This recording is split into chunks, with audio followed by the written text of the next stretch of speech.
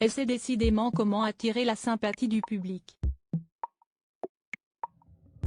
La princesse Catherine, Kate Middleton, a lancé cette semaine le chantier qui lui tient le plus à cœur, Shaping Us, une opération dédiée à la petite enfance, 0-5 ans, qu'elle souhaite améliorer pour les petits Britanniques. Sur son compte Instagram, la princesse de Galles a mis en ligne ce 3 février 2023, une interview avec le journaliste Roman Kemp, dans laquelle elle déambule dans les bois en parlant de petite enfance. On l'y voit chaudement vêtue, avec une veste marron, en daim, qui, comme le relève le site Page 6, est un modèle qu'elle portait déjà. Il y a 12 ans. Le modèle Darwin de la marque britannique L.K. Bennett, a été porté pas moins de 5 fois par Kate Middleton depuis qu'elle a rejoint son dressing en 2011.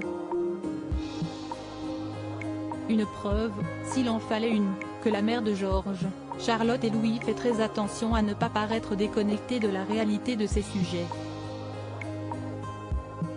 Elle met ainsi en avant son engagement pour la planète, et sans rien dire, prouve qu'elle conserve ses pièces fétiches et ne se base pas forcément sur les dernières modes du moment pour alimenter sa garde-robe déjà bien fournie.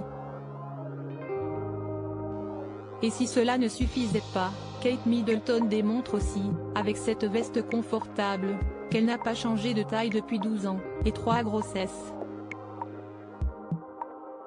Kate Middleton, ambassadrice de l'enfance dans cette vidéo qui vise à mettre en avant ses initiatives pour la petite enfance, la princesse de Galles a surtout fait des confidences sur sa vision de la parentalité.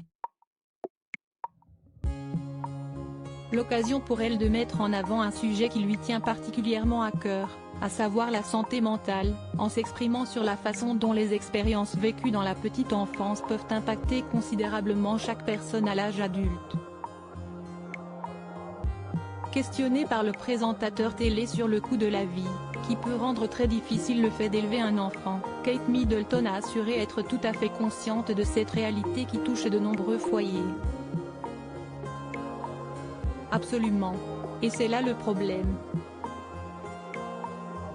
Chaque famille est différente et les pressions auxquelles nous sommes tous confrontés sont différentes, a-t-elle d'abord lancé, en estimant qu'il ne s'agit pas de mettre une pression supplémentaire sur les familles, mais plutôt de dire quand elles ont besoin de soutien et d'aide pour redéfinir les priorités.